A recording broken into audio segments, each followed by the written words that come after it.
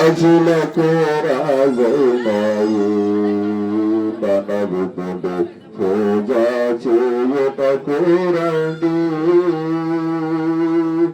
కరుణగల సోదరుండై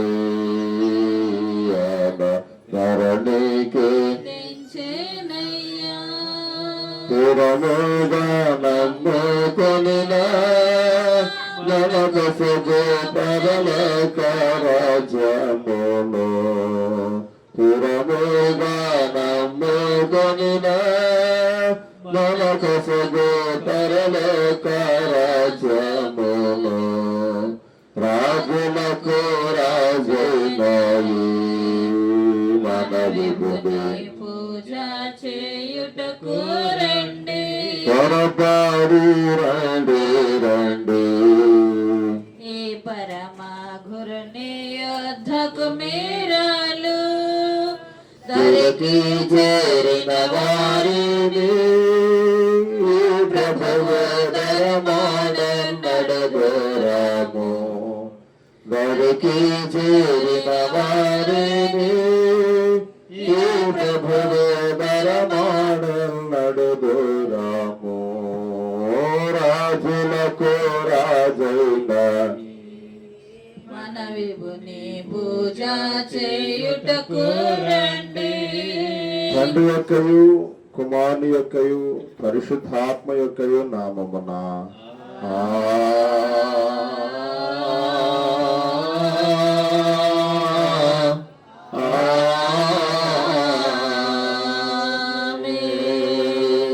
ఓ ప్రభువా నా పెదవులను తిరుగుము అప్పుడు నా నోరు నీ స్తోత్రమును బయలుపరచును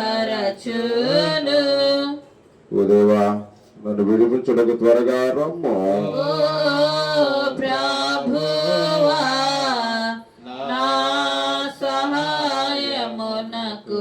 త్వరగా రమ్ము తండ్రికిని కుమారునికిని పరిశుద్ధాత్మకును ఆదియందు ఇప్పుడులాప్పుడు యుగ యుగములందుండునట్లు మహిమ కలుగుగాక ఆమేన్ ఆమేన్ హల్లెలూయా. మీ దగ్గరున్న పరిశుద్ధ బైబిల్ గ్రంథం తెరచి 115వ సంకీర్తన ప్రారంభం మాకు కాదు యెహోవా మాకు కాదు నీ కృపా సత్యములను బట్టి నీ నామమునకి మహిమ కలుగును గాక. వారు దేవుడేడని అన్నజనులు ఎందుకు చెప్పుకొందురు? మా దేవుడు ఆకాశమందున్నాడు, తనకి కిచ్చ వచ్చినట్లుగా సమస్తమును ఆయన చేయుచున్నాడు. వారి విగ్రహములు వెండి బంగారువి, అవి మనుషుల చేతి పనులు. వాటికి నోరుండియో పలకవు, కనులుండియో చూడవు, చెవులుండియు వినవు, ముక్కులుండియు వాసన చూడవు, చేతులుండియో ముట్టుకొనవు, పాదములుండియో నడవవు, గొంతుకతో మాటలాడవు. వాటిని చేయువారును వాటి యందు నమ్మకించు వారందరూ వాటి వంటి వారై ఉన్నారు. ఇశ్రాయేలీయులారా, యెహోవాను నమ్ముకొనుడి, ఆయన వారికి సహాయము, వారికి కేడము. అహరోను వంశస్థులారా, యెహోవాను నమ్ముకొనుడి, ఆయన వారికి సహాయము, వారికి కేడము.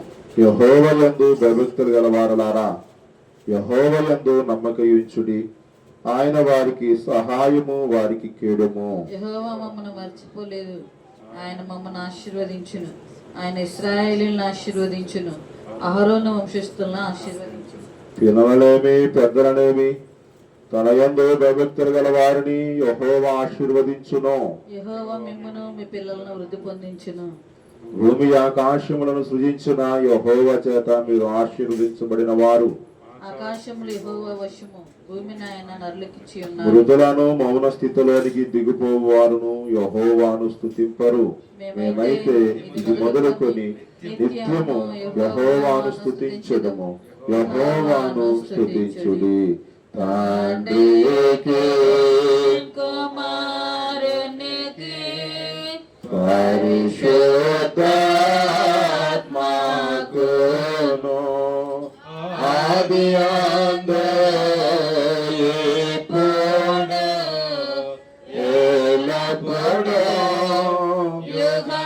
సుఖములందునాట్లు మహిమ కలుగును గాక. ఆమేన్. మీ దగ్గర పరిశుద్ధ బైబిల్ గ్రంథం తెరచి లూకా శుభవార్త 19వ అధ్యాయము మొదటి 10 వచనాలు మీలో ఒకరు చదివి వినిపించవలసిందిగా ప్రేమతో మనము చూస్తూ ఉన్నాం.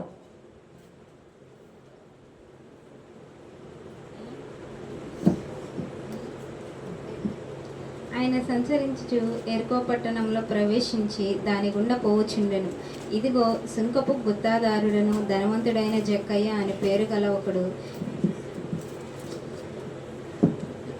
యేసు ఎవరో అని చూడగలను గాని పొట్టివాడైనందున జనులు గుంపు కూడి ఉండుట వలన చూడలేకపోయాను. అప్పుడు యేసు ఆ త్రోవను రానై ఉండెను గనుక అతడు ముందుగా పరిగెత్తి ఆయనను చూచుటకు ఒక మేడి చెట్టు ఎక్కెను. యేసు ఆ చోటికి వచ్చినప్పుడు కన్నులెత్తి చూచి, జక్కయ్య, త్వరగా దిగుము, నేడు నేను నీ ఇంట ఉండవలసి ఉన్నదని అతనితో చెప్పగా అతడు త్వరగా దిగి సంతోషముతో ఆయనను చేర్చుకొని అందరూ అది చూచి ఆయన పాపి అయినను మనిషిని యొద్ద బస చేయ వెళ్ళవలనని చాలా సనుగుకొనిరి. జక్కయ్య నిలువబడి, ఇదిగో ప్రభువా, నా ఆస్తిలో సగము బీదలకిచ్చుచున్నాను. నేనెవరి వద్దనైనను అన్యాయముగా దేనినైనను తీసుకొనిన ఎడల అతనికి 4 గంతలు మరలా చెల్లింతునని ప్రభుతో చెప్పెను. అందుకు యేసు, ఇతడును అబ్రహాము కుమారుడే, ఎందుకనగా నేడు నీ ఇంట రక్షణ వచ్చి ఉన్నది. నశించిన దానిని వెతికి రక్షించుటకు మనిషి కుమారుడు వచ్చెనని అతనితో చెప్పాను. ఓ ప్రభువా, మమ్మల్ని కనికరిద్దుము.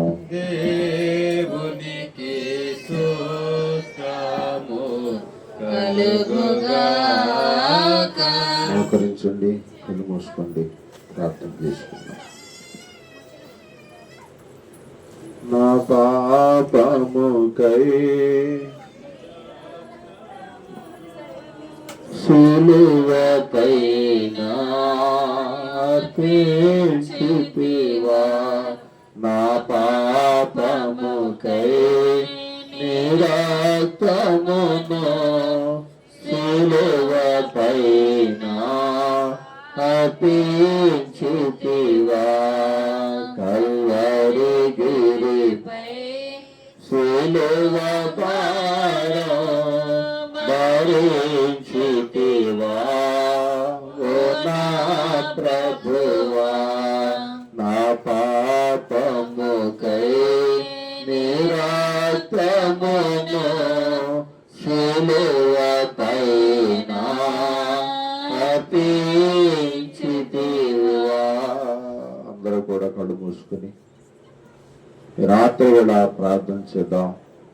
దేవుడు గొప్ప ఆశీర్వాదాన్ని రాత్రి మీకు నాకు దయచినట్లుగా దేవుని కృప కాపుదల మా అందరి మీద ఉంచలాగన, దేవునికి అభిషేకం, దేవునికి ఆశీర్వాదం మీ మీద నా మీద మనందరి మీద ఉంచలాగన, దేవుని యొక్క కరుణ, దేవుని యొక్క కటాక్షం రాత్రి ప్రతి ఒక్కరికి అనుగ్రహించలాగన, ఈ శిలువ ధ్యానాలలో మరొక రోజు మరొక రాత్రి ప్రభువుని స్తుతించడానికి, ప్రభువుని ఆరాధించడానికి ప్రభువారు మంచి సమయాన్ని, అవకాశాన్ని ఇచ్చాడు రాత్రి.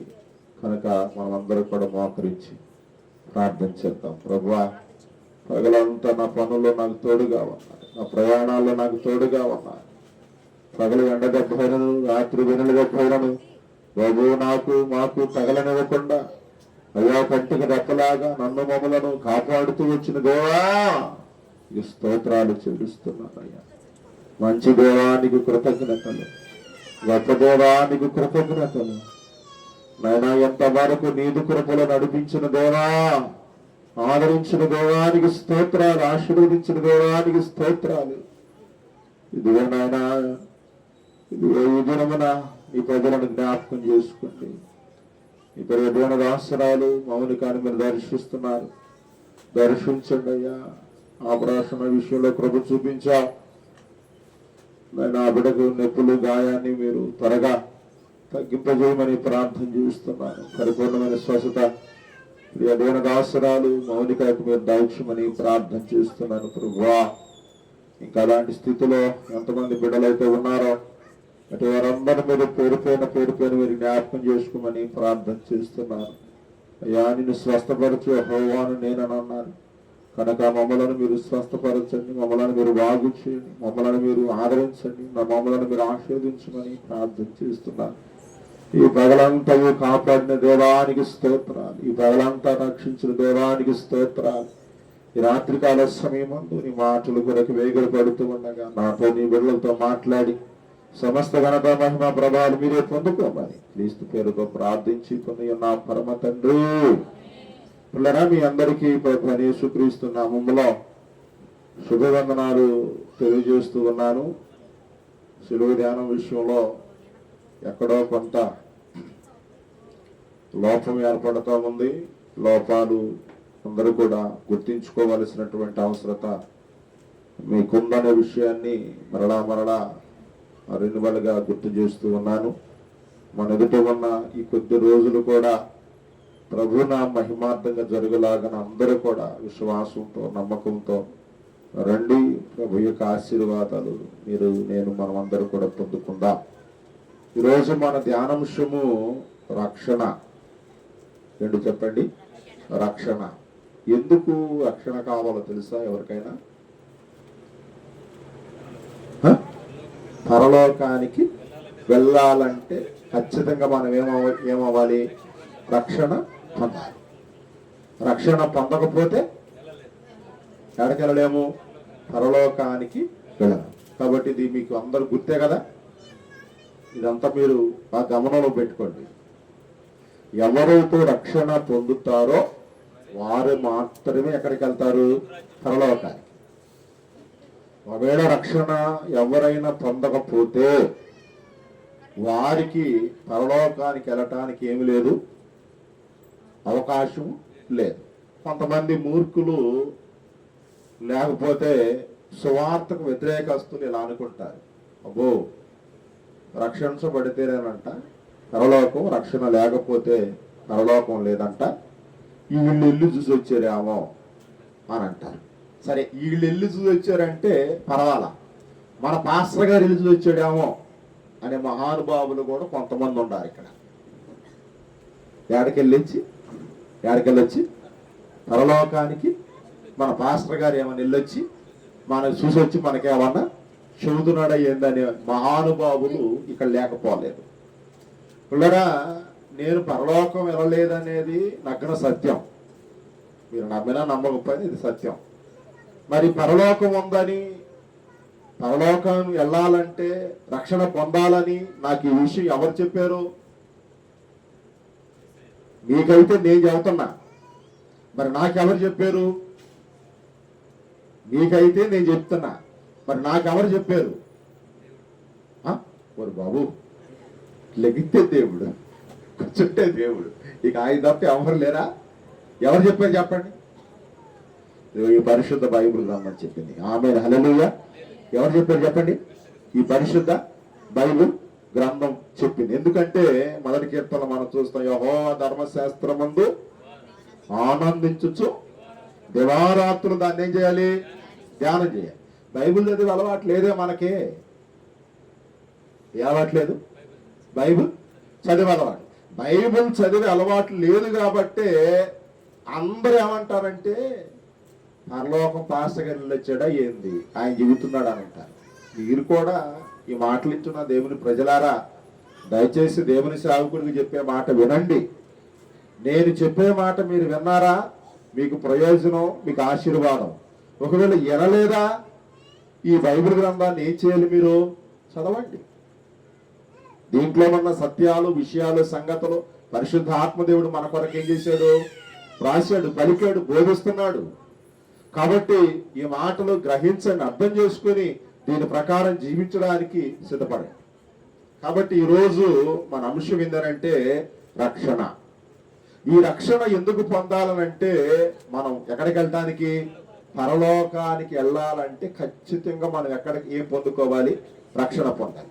ఉదాహరణకి యోహాను సువార్త 3వ అధ్యాయంలో నికోదేమును చూస్తాం. యోహాను సువార్త ఏ అధ్యాయంలో? 3వ అధ్యాయంలో ఎవరు చూస్తాం? నికోదేము. యేసు ప్రభు దగ్గరికి పగలు రాకుండా ఎప్పుడు వచ్చాడు? రాత్రి వేళ వచ్చి ఏమంటున్నాడు? బోధకుడా, నువ్వు ఎక్కడి నుంచి వచ్చావు? పరలోకం నుంచి వచ్చావు, నీకు పరలోక సంగతులన్నీ కూడా తెలుసు. కాబట్టి నాకు ఒక డౌట్ ఉంది, నాకు ఒక క్వశ్చన్ ఉంది, నాకు ఒక అనుమానం ఉంది, నాకు ఒక సందేహం ఉంది. నేను నిత్యరాజ్యం వెళ్ళాలంటే నేనేమి చెయ్యాలన్నప్పుడు ఆ మాటకి యేసు ప్రభు చెప్పిన మాట ఏంటనంటే, నువ్వు బోధకుడు కదా, నీకు ధర్మశాస్త్రం అంతా కూడా తెలుసు కదా, తెలిసిన విషయాన్ని మళ్ళీ మళ్ళీ నన్ను నీవు అడుగుట ఎలా? సరే, అడిగావు కాబట్టి నీ సందేహం తీరుస్తాను, నువ్వు అడిగావు కాబట్టి నీ అనుమానం తీరుస్తాను. ఏమి లేదు, రక్షణ పొందాలంటే, పరలోకం వెళ్ళాలంటే నువ్వు చేయాల్సింది మళ్ళీ కొత్తగా నువ్వేమవ్వాలి? జన్మించాలని. ఆ మాటకి నికోదేముకి అర్థమైంది ఏంటనంటే, నేనే పెద్దోడిని, ముసలోడిని, మరలా తల్లి గర్భంలోకి వెళ్ళి ఎలాగా? యేసుప్రభు అది కాదురా బాబు, ఒకడు నీటి మూలంగా జన్మించాలి, ఒకడు ఆత్మ మూలంగా జీవించాలి, ఒకడు రక్తంలో ఏం చేయబడాలి? కడగబడాలిరా బాబు అని అన్నప్పుడు ఆ మాట విన్న నికోదేము దాన్ని సరిగ్గా అర్థం చేసుకోకుండా వెనక్కి తిరిగి వెళ్ళిపోయినట్లుగా యోహాను సువార్తలో మనం చూస్తాం. ఇక రెండో విషయం ఏంటంటే, హెబ్రీ రాసిన పత్రికలో గొప్ప మాట ఉంటది 2వ అధ్యాయంలో. ఎంత గొప్ప రక్షణను, ఎంత గొప్ప రక్షణను, ఎంత గొప్ప రక్షణ చెప్పండి. ఇది ఎంత గొప్ప రక్షణ చెప్పండి. ఇది ఉచితం అమ్మా, ఇది ఉచితం, ఇది ఉచితం. గొల్లవారిపాలెనికి ఈ రక్షణ సువార్త ఉచితం, ఫ్రీ ఫ్రీ. ఈ సువార్త ఏంటి చెప్పండి? Free free. ఈ సువార్త ఫ్రీ.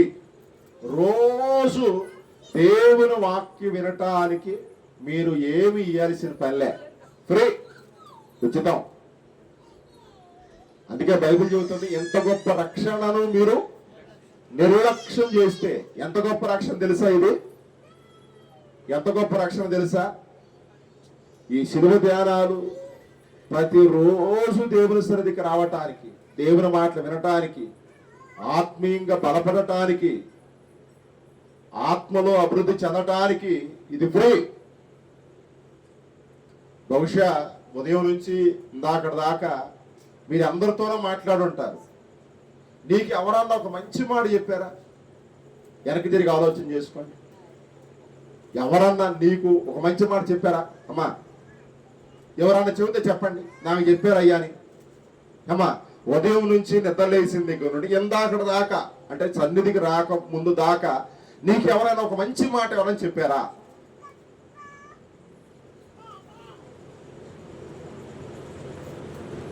ఎవరన్నా ఒక మంచి మాట చెప్పారా నీకు? చెప్తే చెప్పారు, లేకపోతే చెప్పలేదా? చెప్పండి. చెప్పారా? చెప్పలా. చెప్పుంటారేమో, మీకు గుర్తు రావట్లా. చెప్పారేమో ఎవరన్నా ఒక మంచి మాట చెప్పడం తప్పేముంది?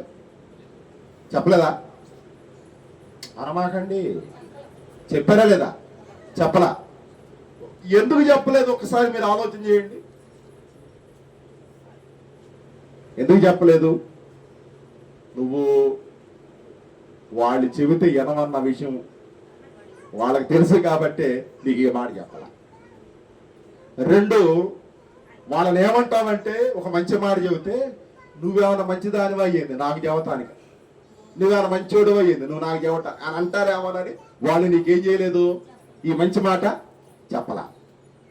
కానీ సేవకుడిగా, దైవజనుడిగా, దేవుని ప్రతినిధిగా, దేవుని బిడ్డగా, అభిషేకం కలిగిన వ్యక్తిగా, ఆత్మతో నింపబడిన వ్యక్తిగా చెబుతున్నా. మీరు విన్నారా? సరే సరే. అంగీకరించారా? సరే సరే. లోబడ్డారా? సరే సరే. లేకపోతే నేను కూడా చేయగలిగేది ఏమి లేదు. అదేంటో తెలుసా? ఇంత గొప్ప రక్షణను నిర్లక్ష్యం చేయదు, నిర్లక్ష్యం చేయదు. చాలా మందిలో నేను అప్పుడప్పుడు గమనిస్తున్నా, ఇక్కడ ప్రార్థన జరుగుతుంటే ఇంకా మంచాల మీద నుండి కింద దిగిన వాళ్ళు ఉండాలి. నేను అప్పుడప్పుడు గమనిస్తున్నా, ఇక్కడ ప్రార్థన ప్రారంభమైతే ఇంకా స్నానం చేయని వాళ్ళు కూడా ఉన్నారు. ప్రార్థన స్టార్ట్ చేస్తే అప్పుడు వెళ్ళిందంటే స్నానానికి. మా అమ్మ అంత మంచిదాని అమ్మ, నువ్వు ఎప్పుడు వెళ్తున్నారు స్నానానికి? ప్రార్థన ఇక్కడ స్టార్ట్ అయితే అక్కడ స్నానానికి వెళ్తున్నారు. అసలుకి 7:30 అవ్వకముందే నువ్వు రెడీ అయిపోవాలా, నిర్లక్ష్యం చేయకూడదు. ఎందుకు ఇంత గొప్ప రక్షణ నిర్లక్ష్యం చేయకూడదు. ఇంత గొప్ప రక్షణను మనం ఏం చేయకూడదు చెప్పండి, నిర్లక్ష్యం చేయకూడదు. ఇక్కడ జక్కయ్య అనే వ్యక్తిని దేవుడు రక్షించుకున్నట్లుగా, రక్షణ ఇచ్చినట్లుగా, రక్షణ పొందుకునేలాగా చేసినట్లుగా 9వ వచనంలో మనం చూస్తున్నాం. చూడండి, అందుకు యేసు ఈతడును అబ్రహాము, మరి అంతకుముందు అబ్రహాం కుమారుడు కదా? కాదు. ఎప్పుడు రక్షణ పొందక ముందు జక్కయ్య అనే వ్యక్తి అబ్రహాము కుమారుడు కాదు. మరి ఎప్పుడైతే యేసు ప్రభు వారు రక్షించుకున్నాడో అప్పుడే ఈ జక్కయ్య అనే వ్యక్తి ఏమయ్యాడు? అబ్రహాము కుమారుడు అయ్యాడు. మరి అంతకు ముందు ఎందుకు జక్కయ్య అబ్రహాము కుమారుడు కాలేదనంటే అతని బ్యాక్గ్రౌండ్ చూద్దాం రండి. 19వ అధ్యాయం 1వ వచనం. యేసు ప్రభు వారు శరీరధారిగా ఉన్న దినాలలో సంచరించుచు ఎరుకో పట్టణములో ప్రవేశించారు. ఏ పట్టణం? ఎరుకో పట్టణంలో ప్రవేశించారు. బహుశా యేసు ప్రభు వారు శరీరధారిగా ఉన్న దినాలలో మన బుర్లవారిపాలెంలో సంచరిస్తే ఏం జరిగేది? ఏందమ్మా నాయక, ప్రతిది నాయకేదో తప్పంటారు. చెప్పండి చెప్పండి. ఇప్పుడు యేసు ప్రభువు సంచరిస్తూ ఎక్కడికి వెళ్ళాడు? ఎరుకో పట్టణంలో అడుగుపెట్టాడు. పొరపాటున బుర్లవారిపాలెంలో అడుగుపెట్టాడు అనుకోండి, ఏం జరిగేది చెప్పండి? చెప్పాలి. యేసు ప్రభు వారు మన ఊరు అడుగు పెడితే మన పరిస్థితి ఎలాగుండేది? సరే, 2వ వచనం చదువునాను, ఇంకా మీకు కొంచెం అర్థమయ్యేటట్టు చెబుతారండి. దాని గుండా పోవుచుండేను. దేని గుండా? ఆ ఎరుకో పట్టణంలో గుండా. ఒకవేళ వేరే పట్టణంలోనికి, వేరే ఊర్లోనికి ఏమవుతున్నాడు చెప్పండి? వెళుతూ, ప్రయాణం చేస్తూ, అడుగు పెడుతూ ఉన్నాడు. చూడరా, ఎరుకో గురించి ఎంత భయంకరమైన వార్తలు ఉన్నాయో బైబిల్లో మీకు తెలుసా? అదొక శపించబడినటువంటి పట్టణం, ప్రాంతం. అది ఒక శాపగ్రస్తమైనటువంటి ప్రాంతం. అది దేవుని చేత ఏం చేయబడినది? శపించబడి, విసర్జించబడినటువంటి పట్టణం అది. కానీ యేసు ప్రభు వారు ప్రేమ కలిగి, జాలి కలిగి, దయ కలిగి ఆ పట్టణంలో గుండా వేరొక పట్టణంలోనికి ఏమవుతున్నాడు చెప్పండి? ప్రయాణమయ్యి వెళుతున్నటువంటి సందర్భం. చూడండి, 2వ వచనం. ఇదిగో సుంకపు గుత్తదారుడును ధనవంతుడునైన జక్కయ్యను పేరు గల ఒకడు యేసు ఎవరో అని చూడదు. ఆ ఊర్లో ఈ జక్కయ్య ఎక్కడే ఉంది, గమనించాలి జాగ్రత్తగా. ఈ ఎరుకోలో చాలా మంది జనం ఉన్నారు. దేవుని బిడ్డలారా, దేవుని ప్రజలారా, ఈ వార్త జాగ్రత్తగానండి. ఆ పట్టణంలో చాలా మంది ప్రజలు ఉన్నారు. మన ఊర్లో కూడా చాలా మంది ప్రజలు ఉన్నారు. కానీ అందరికీ సిలువ ధ్యానాలంటే ఎట్లుందంటే అట్లుంది. అదే మనం ఇక్కడ ఒక విగ్రహం పెట్టి, ఒక 4 కొబ్బరికాయలు కొట్టి, లేదా 4 సామరాడిలు, ఇంక మనల్ని ఎట్ట చూసేవాళ్ళో ఒకసారి మీరు ఆలోచన చేయండి. ఇక్కడ ఓన్లీ దేవుని సన్నిధి జరగతుంటేనే ఇంత భయంకరమైనటువంటి నిర్ణయాల్లో గూడు కట్టుకుపోయినటువంటి ప్రజలు ఉన్నటువంటి ప్రాంతం అయిపోయింది ఈ ప్రాంతం. ఎంత క్రూరంగా, ఎంత మూర్ఖంగా ఆలోచిస్తున్నారంటే దేవుని సన్నిధి అంటే అర్థం కావట్లేదు. ప్రతిరోజు దేవుడు నీతో సూటిగా మాట్లాడుతున్నాడు. ప్రతిరోజు దేవుడు ఖచ్చితంగా మనతో మాట్లాడుతున్నాడు. కానీ దేవుని సన్నిధికి రావటానికి మాత్రం మనకేం రావట్లేదు? మనసు, హృదయం రావట్లేదు. యేసు ప్రభు వారు ఎరుకోకుండా పోతున్నాడు. చూడండి, ఆ ఊర్లో సుంకపు గుత్తదారుడు అయినటువంటి ధనవంతుడైన జక్కయ్య అనే పేరు గల ఒకడు ఉన్నాడు. ఆయనకు వచ్చినటువంటి ఆలోచన 3వ చూడండి. యేసు ఎవరో అని చూడగోరను గాని పొట్టివాడైనందున జనులు గుంపులు కూడి ఉండటం వలన ఆ యేసు ప్రభుని చూడాలనుకున్నది ఈయనే. కానీ ఇతని సమస్య ఏంటి? పొట్టోడు కాబట్టి యేసు ప్రభుని ఏం చేయలేకపోయి చెప్పండి, చూడలేకపోయి. ఆశ అయితే ఉంది, యేసయ్యను చూడాలని, యేసయ్యని కలుసుకోవాలని, యేసయ్యతో మాట్లాడాలని. కానీ అతని పరిస్థితిని బట్టి, శరీర పరిస్థితిని బట్టి యేసు ప్రభుని ఏం చేయలేకపోతున్నాడు చెప్పండి? కలుసుకోలేకపోతున్నాడు. బిళ్ళరా, ఈ రాత్రి దేవుని వాక్యం ఉంటుంది, దేవుని సంఘం, మా దేవుని బిళ్ళరా, యోహాను సువార్త 9వ అధ్యాయంలో గుడ్డివాడు ఉన్నాడు. యేసు ప్రభు వారు ఆ మార్గాన్ని వెళుతూ ఉంటే కేకలు వినపడ్డాయి. అంతేనా? ఏమైనా పడ్డాయి? కేకలు ఉన్నాయి. ఆ కేకలు వినటువంటి ఆ గుడ్డోడు అడుగుతున్నాడు కదా, ఏంటి కేకలు అని అంటే, ఒక అతను చెబుతున్నాడు, ఈ మార్గంలో నజరేడైన యేసు వెళ్తున్నాడు అనగానే ఏం జరిగింది? వెంటనే అది గమనించిన, గుర్తించిన గుడ్డవాడు ఏమని కేకలు వేశాడు? దావీదు కుమారుడా, ఈ రాత్రి, ఈ రోజు, ఈ పూట నన్నేం చెయ్యి, కరుణించు. శిలువ ధ్యానాలకి ఎందుకనంటే అదిగో ఆ గుడ్డివాడి కేకలేశాడు. ఈ పూట, ఈ రాత్రి, ఈ రోజు నన్నేం చేయమని, కరుణించమని. ఈ 40 రోజుల శిలువ ధ్యానాల్లో ఏదో ఒక రోజు, నానా అమ్మా, ఏదో ఒక రోజు దేవుని కరుణ నీ మీదకి వచ్చింది. ఆమె చెప్పుకో. ఏదో ఒక రోజు దేవుని దయ నీ మీదకి వచ్చింది. ఏదో ఒక రోజు దేవుని కటాక్షం నీ మీదకి వచ్చింది. ఆ ఒక్క రోజు కోసమే ఈ 40 రోజుల ప్రయాస. ఆ ఒక్క రోజు కోసమే ఈ 40 రోజుల ఆరాటం. ఆ ఒక్క రోజు కోసమే ఈ 40 రోజుల యొక్క మన దినచర్య. ఈ 40 రోజుల ఈ ప్రయాణములో ఎన్ని ఉడుదుడుకులు ఎదురైనా సరే, ఇదిగో ఈ జక్కేకి ఆ ఎరుకోలో ఒకే ఒక ఆశ వచ్చింది. ఎవరికి రాని ఆశ, ఎవరికి కలగని కోరిక, ఎవరికి రాని మనసు, ఎవరికి రాని హృదయం ఏర్పడింది. ఏంటో తెలుసా? యేసుని చూడాలి. యేసుని చూడాలి. బైబిల్ చెబుతుంది 4వ వచనం, అప్పుడు ఆ త్రోవను రానయ్యాడు కనుక యేసు కనుక అతడు ముందుగా పరిగెత్తి ఆయన చూచుటకు మేడు చెట్టు ఎక్కాను. యేసు ఆ చోటుకు వచ్చినప్పుడు కన్నులెత్తి, జక్కయ్య త్వరగా దిగు, నేను నీ ఎంట నుండవలసినదని అతనితో చెప్పగా అతడు త్వరగా దిగి సంతోషముతో.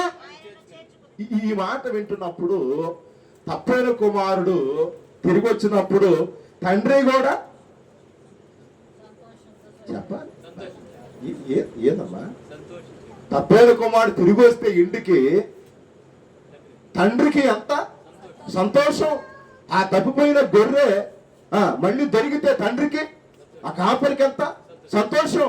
తప్పిపోయినటువంటి నాయన మళ్ళీ దొరికితే ఆ స్త్రీకి ఎంత సంతోషమో, ఇగో ఈ జక్కయ్య కూడా అంతే సంతోషం. బహుశా జక్కయ్య ధనవంతుడు, సుంకపు గుత్తదారుడు, ట్యాక్స్ వసూలు చేసేవాడు అంటే బహుశా 40-50 ఏళ్ళు ఉండొచ్చు వయసు. ఎంత వయసు ఉండి చెప్పండి? ఒక 40-50 ఏళ్ళు ఉంటాయి. ఆ 40-50 ఏళ్ళ ఆయనకి యేసు తనను పిలిచేసరికి ఏం కలిగింది చెప్పండి? సంతోషం. బహుశా అనుకుంటాను ఆ 40-50 ఏళ్ల ప్రాయములో తాను ఏనాడు చూడనంత సంతోషం యేసు పిలుపులో చూశాడు. ఆమేన్. ఎవరు పిలుపులో? యేసయ్య పిలుపులో. ఆ యొక్క వ్యభిచారపు స్త్రీ గాక, అమ్మా నేను నిన్ను క్షమిస్తాను, ఇక వెళ్ళి నువ్వు పాపం చేయొద్దని ఆమెను క్షమించినట్లుగా, ఆమె క్షమాభిక్ష పొందుకున్నట్లుగా, ఆమె సంతోషం పొందుకున్నట్లుగా జక్కీ గారు కూడా ఆ ఒక్క మాటతో ఎక్కడ లేని సంతోషం. ఎందుకంటే ఆయన చూసే భాగ్యం కొందరికే ఉండిద్ది. ఆయన కలుసుకునే భాగ్యం కొందరికే ఉంటది. ఆయనతో ముఖాముఖిగా మాట్లాడే భాగ్యం కొందరికే ఉంటది. కానీ ఆ కొందరిలో ఎవరికి దొరికింది? జక్కీకి దొరికింది. ఈ సిలువ ధ్యానాలు ఎందుకో తెలుసా? ఇక్కడ 40-50 మందికి రావచ్చు, సిలువ ధ్యానాలకి పాల్గొనొచ్చు. ఈ 40-50 మందిలో ఈ జక్కయ్య ఎవరో?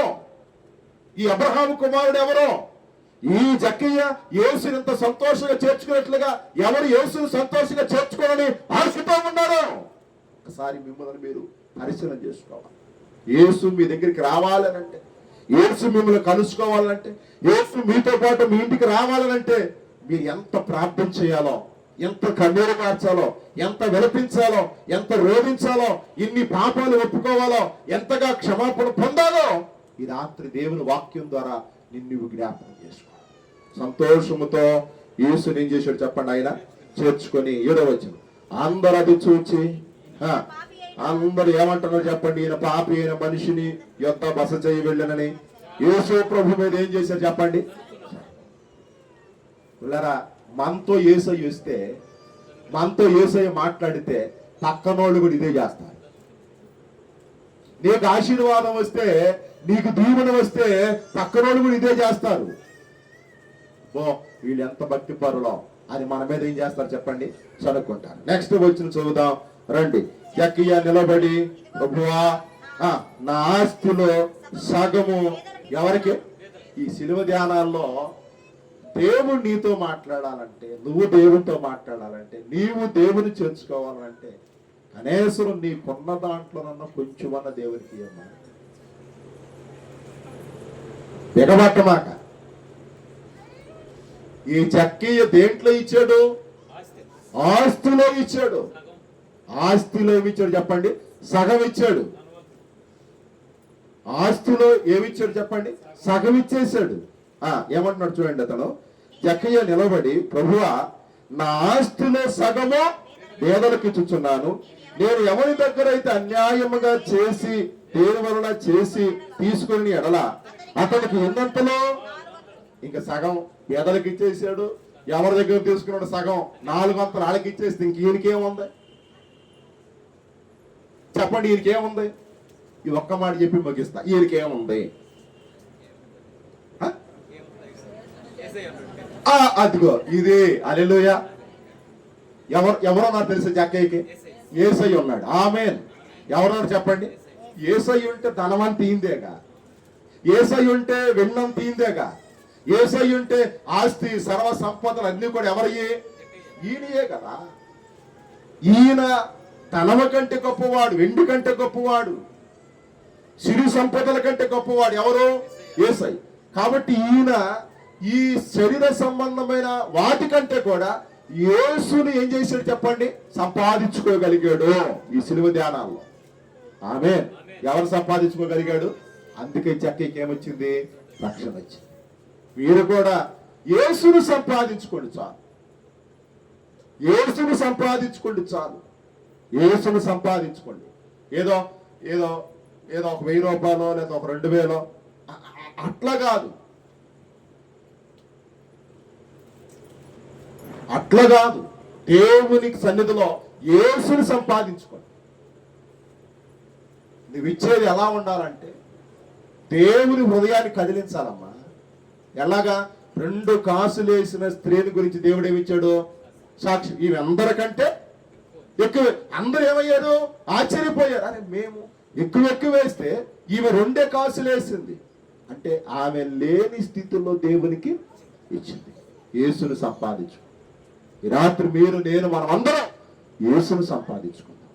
యేసయ్య ఇచ్చే రక్షణ సంపాదించుకుందాం. యేసయ్య ఇచ్చే ఆశీర్వాదాన్ని సంపాదించుకుందాం. యేసయ్య ఇచ్చే దీవెనను సంపాదించుకుందాం. అందుకే 9వ వచనంలో అన్న మాట చూడండి. అందుకు యేసు ఇతడును అబ్రహాము కుమారుడే, ఎందుకంటే నేడు ఈ ఇంటికి, అంటే యేసయ్య రావటం ద్వారా జక్కయ్య ఇంటికి ఏమొచ్చేసింది?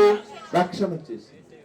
యేసయ్య రాకతో యేసయ్యకు ఉన్నటువంటి వేదన, బాధ, కన్నీరు, దుఃఖము, సమస్యలు, ఆటుపోట్లు, బలహీనతలు, వేదనలు, కరువు, ఖడ్గం అన్ని కూడా ఏమైపోయింది? మాట మాయమైపోయింది.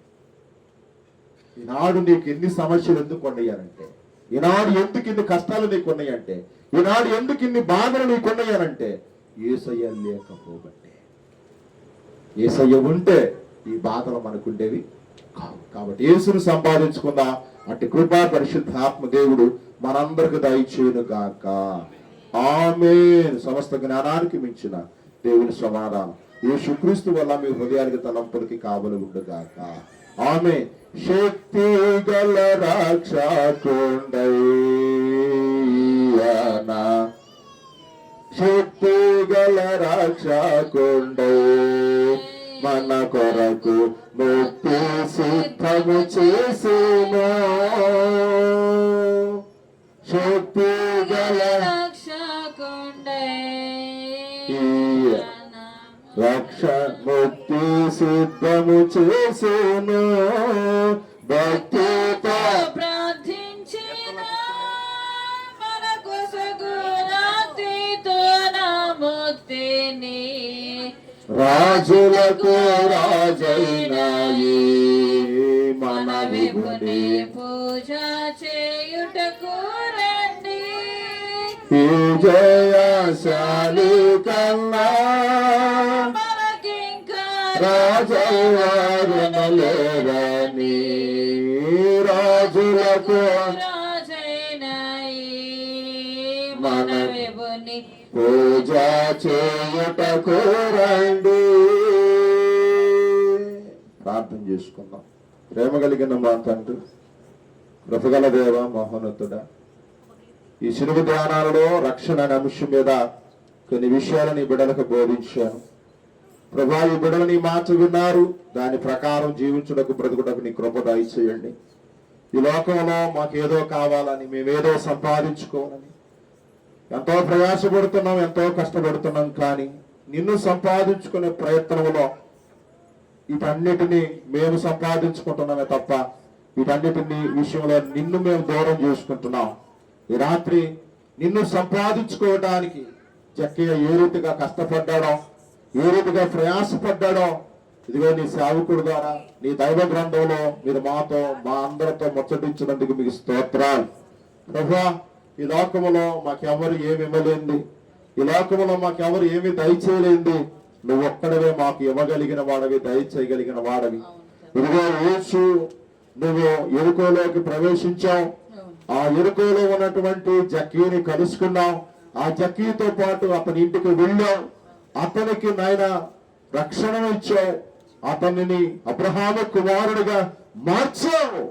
అందుకనే తన పాపములు ఒప్పుకున్నాడు, అందుకనే తాను పశ్చాత్తాపడ్డాడు, అందుకనే తన ఆస్తిలో సగాన్ని పేదలకు ఇచ్చాడు, అందుకనే ఎవరి దగ్గర అన్యాయం చేసి సంపాదించుకున్నాడో తిరిగి 4 వంతులు ఇవ్వగలిగాడు.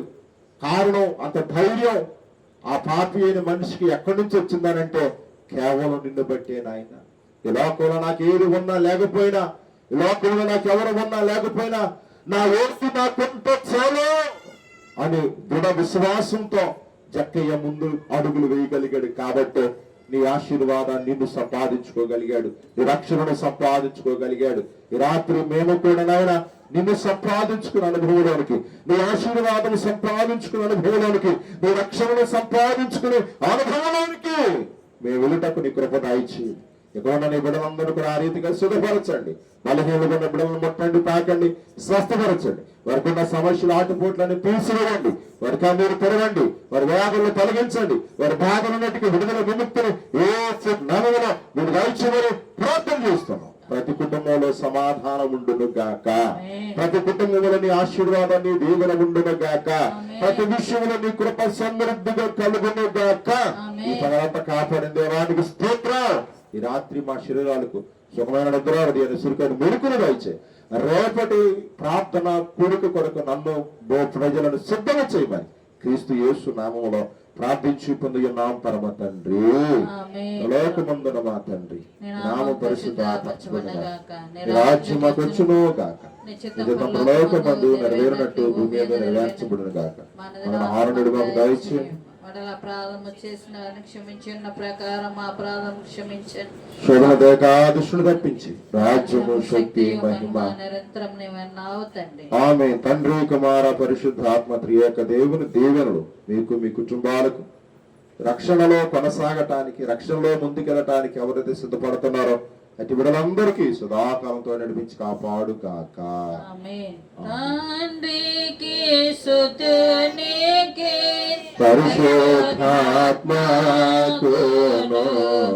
కలుగుగాక, మహిమా తరగాక, సదాకాల యోగ యోగములకును కలుగునా. మీ అందరికి వందనాలు. రేపు సాయంత్రం కలుసుకుందాం. అంతవరకు దేవుని మహాకృప మీకు తోడైండు గాక. God bless you.